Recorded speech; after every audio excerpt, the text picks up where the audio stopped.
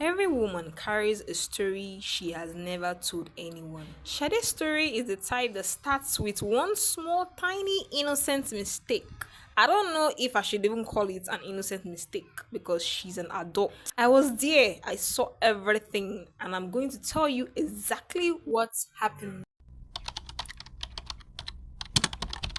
I want to describe my friend to you. Sade is a 27-year-old lady.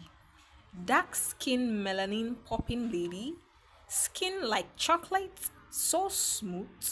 Her skin is giving this African queen beauty vibe. Sade's hair was always neatly done. She was a 300 level student at the university, studying mass communication.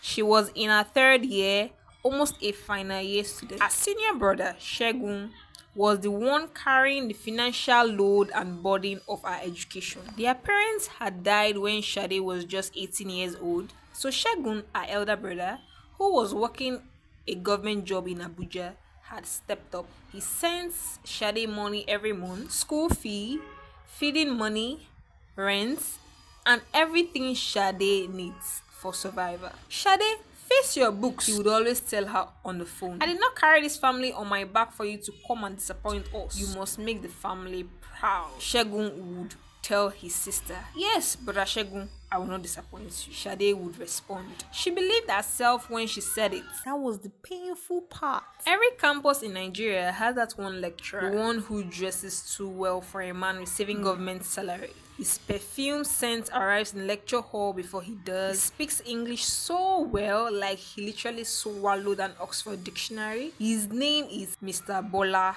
Mr. Bola was that particular lecturer. He taught media and society. He was 45-year-old, but you would never know it by looking at him. The man had a face that had refused to grow old and a smile that could make a woman develop butterflies in her tummy and make a woman lose her sense of reasoning. He was a married man with 2 children. He has a wife and a decent house not too far from the university campus. But on campus, Mr. Bola behaved like a free single man, and the girls in school, they are not even helping matters at all. May God forgive them. The girls allowed him. Sade's own trouble started the day he called her back after class. Miss Sade, Mr. Bola said in that smooth, sweet voice of ease, your last assignment showed real analytics. I think you have a future potential in broadcasting. Come to my office, let us talk about your potential. Potential? That word. That dangerous, beautiful word. Anybody who heard those words knew exactly what's coming next. But Sade, on the other hand, she had no idea. She was not smart enough. She went to his office, then she went again and again.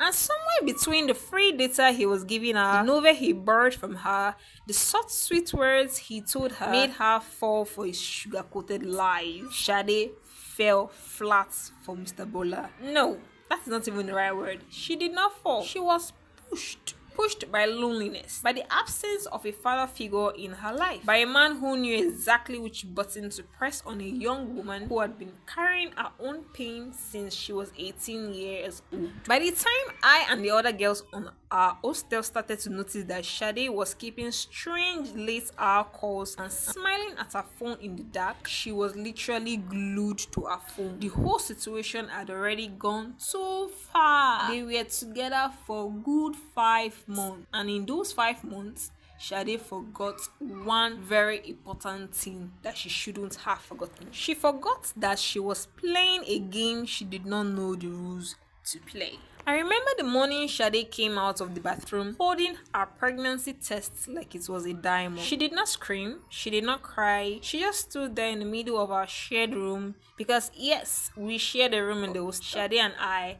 that is how I know all of this. She stood there with her wrapper tied around her chest, test stripe in hand, and her face completely blank. Amulara, Sade called my name slowly. Come and see this thing. I came across the room. I looked at the stripe. 2 lines, clear as daylight. My stomach dropped at the floor. Sade, I said as Sade interrupted me and said, don't. Sade raised one hand to stop whatever I was about to say. Don't say anything yet. Sade sat on her bed. I sat beside her. For a long time, neither of us spoke. Outside, We could hear generator noise as though it has suddenly become music in the ear. Someone was cooking better sweet party jollof rice down the corridor. A group of boys playing loud music from their room. Life was continuing outside the door like the world was moving we were never meant to stay. You have to tell Mr. Bola, I told my friend after a long while of silence. Shade laughed, not a happy laugh, the kind of laugh that carries tears inside it. Tell him what, Lara? Tell him what exactly? Shade told me, and I responded, that you are carrying his child, that it is his responsibility. I responded, but I was cut short. He has a wife. Shade said it quickly, like a woman stating a well-known fact. He has a wife and 2 children and a career. The moment I walked into that office with this kind of news, he would deny it. He would deny everything. He would say I am a desperate student trying to trap him. He will use his position against me. And who will people even believe? Me? Or him? Shade threw this rhetorical question at me, and I already knew what the answer was.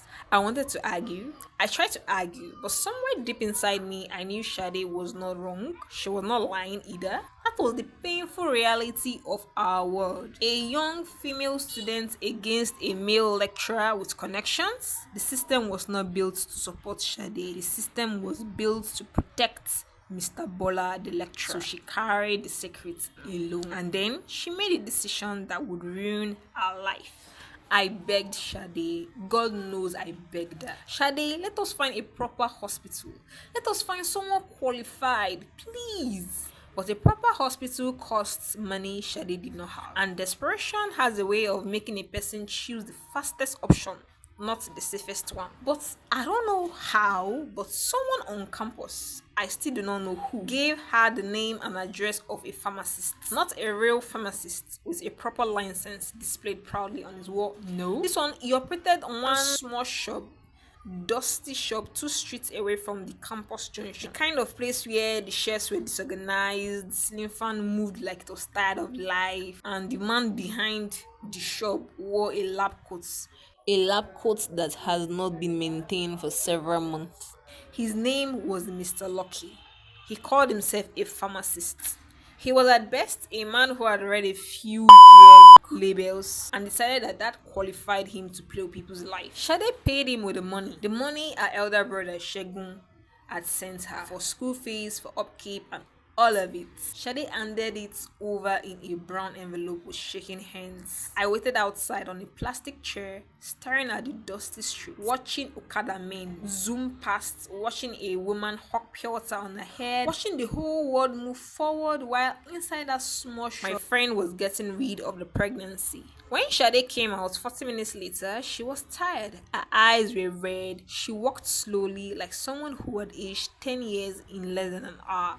We did not speak all the way back to the hostel. But the real damage, we did not know it yet. We did not know that that dirty equipment was going to be a problem. For a few weeks, it seemed like Shade was going to be okay. She recovered physically. She went back to class. She submitted assignments. She laughed at dinner. She even confronted Mr. Bola once, but not about the pregnancy. No, she never told him. Shade started withdrawing from Mr. Bola to end things. He was confused, then annoyed. Then he moved on to his next target because that is what men like Mr. Bola do. But the money was gone. When Shegun called at the end of the month asking if Shade had paid her school fees and if everything was in order, Shade lied. Yes, she did. She said yes, she had paid her school fees. She bought herself time with lies, the way desperate people do when they have no other option. But the month finally came when Shade could no longer hide things and she barely carried the shame. The school sent a notice. Her school fees was not yet paid. Her name was on the list to be suspended from class if payment was not received within 2 to 3 weeks' time. Shade called Shegun. She did not tell him the truth, not the full truth. She told him she had lost her money, the money he sent to her, that someone had stolen it, that she was so sorry if she could get another money from him. Shegun's voice on the other end of that call, I heard it because she had the phone on speaker and she had forgotten that I was there. That voice was something that still haunts me. It was not even anger. No, it was worse than anger. It was disappointment. Pure, heavy, quiet disappointment from a man who had sacrificed so much for his sister. Shade, I do not have the money again. I used everything I had. I cannot gather this kind of money again until next year. Shegun told Shade, and the line went off. And the line was quiet for a few seconds. Shade, are you there? Yes, Shegun, I'm here. Then you will have to come home. And just like that, the university chapter of Sade's life was over and she had to drop out from school. Returning back from school without a degree in a Nigerian community is not just a personal failure, it's worse than that. It becomes a community announcement, a town crier's broadcast. Everybody hears it and everybody has an opinion. Sade that went to university has come back, oh. You have not heard? She dropped out. Something happened. They say she could not pay her school fees. Such a pity. The aunties whispered at every family gathering. The neighbor looked at her with that particular Nigerian pity that has no kindness at all. Just curiosity dressed with sympathy clothing. Even the younger girls in the compound, the one who had looked up to her when she left for school, now looked at her differently. Shade had no choice but to bear it. She bore it with a straight face and a strong face. The way Nigerian women are taught to bear things that should not be born in the first place. She got a small shop. She started selling provisions. Life moved on in its slow, painful way. But the real wahala was in one corner doing press. Shade got herself a small provision shop where she started selling. It started with tiredness. That did not go away. Then weight loss that could not be explained. Then a fever that came and went like an uninvited visitor who does not understand that they are not welcome. Shade went to the clinic for checkup and she met a nurse at the local clinic. A kind woman, thank God, took one look at Shade and said gently, "My dear, let us run some tests. Full tests. I do not need to drag this part." Shade's result came out and she was confirmed HIV positive. That same dirty instrument, the same unsterilized equipment in that dusty pharmacy, the price of one desperate young lady trying to cover the evidence of her reckless doing, finally catch up with her. Shade sat in the clinic and did not cry, but she looked sad. I think she had already spent all her tears on smaller things. She just sat there, nodded slowly. She was 27-year-old. She had no degree, no husband, no prospects. And now, to top it up, she has a virus in her blood that our society in all its cruelty had decided was a mark of shame rather than a medical condition. Shade endured it, but endurance has a limit. And loneliness, the deep aching loneliness of a woman who cannot see her own future, can make a person to do desperate things. By the time Shade was 29-year-old, depression had taken a seat inside her heart and was refusing to leave. Every wedding she attended, she could feel it. And in Nigeria, there is always a wedding. It gave her a small, fresh wound. Every baby shower, every engagement announcement on WhatsApp, so when is your turn coming now? From her aunties whose mouth had no off switch, they could not just mind their own business. Each one sounded something inside her, keep reminding her of who she is. Who will marry me? Shade asked me one evening, sitting on the step outside her mother's old house, the sky turning orange and purple above us. Molara, honestly, tell me now, who will marry a woman like me? Shade asked me. I did not have an answer. I tried to give her an encouragement, the usual words women give each other when they have no real solution. But we both know the truth. In our community, in our world, a woman with HIV and no degree and no father and limited means of survival was not exactly what any family was looking out for in a bride for their son. After a while, Shade met Silas. Silas worked as a security guard, a gate man, at one of the new estates that had been built at the corner of the town. He was 32 years old, strong, put together, and very handsome. The kind of handsomeness that looks like it belonged in a different class of life. He was from a simple family, genuinely humble, genuinely kind, the sort of man who would carry an old woman's bag to her door without being asked to. Shade met him at the estate where her distant cousin lived. She went for a visit and Shade opened the gate and their eyes met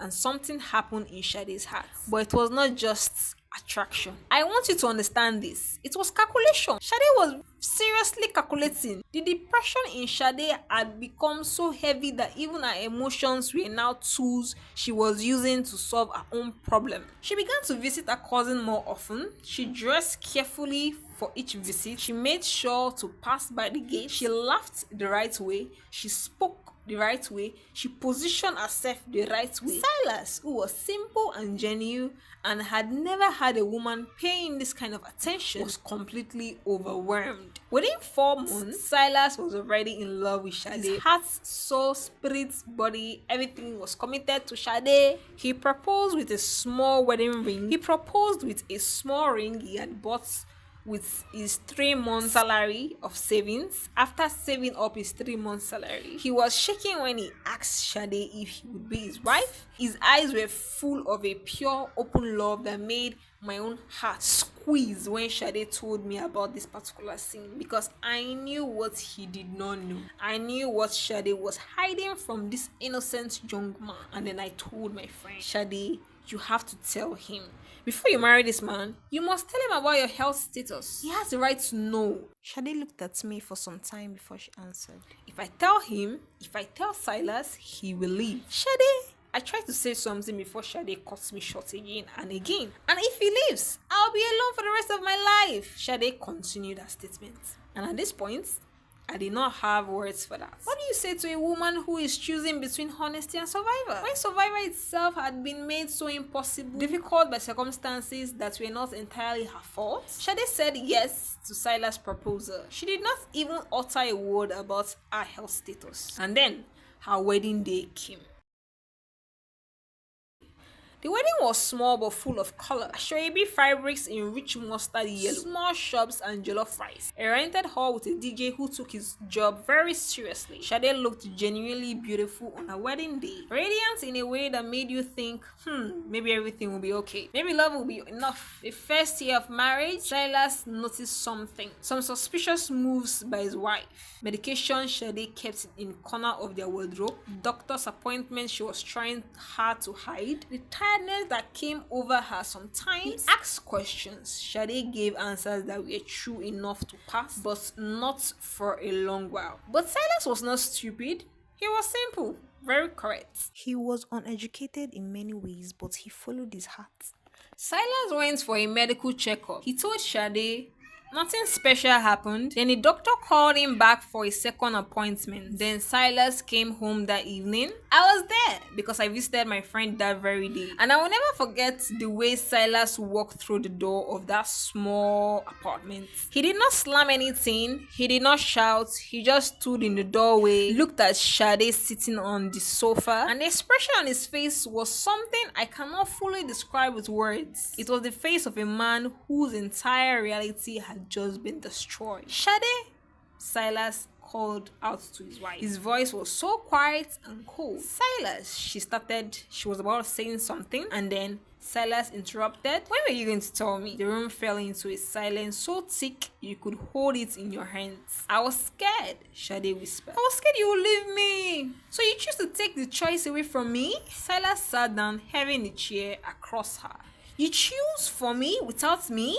And what followed was not the violent, dramatic scene you might be expecting. Silas was not that kind of a man. But in some ways, the silent treatment was worse than any domestic drama you could ever imagine. He slept on the chair that night, and the night after, the warmth that had existed between them, that easy, genuine warmth of a man who loved simply and completely, became cold. Marriage became two people living in the same space, eating the same food, breathing the same air, and being strangers to each other. The house they had built together was beautiful on the outside, but they had built their marriage on sand. And now, every single day, marriage became unbearable for Shade.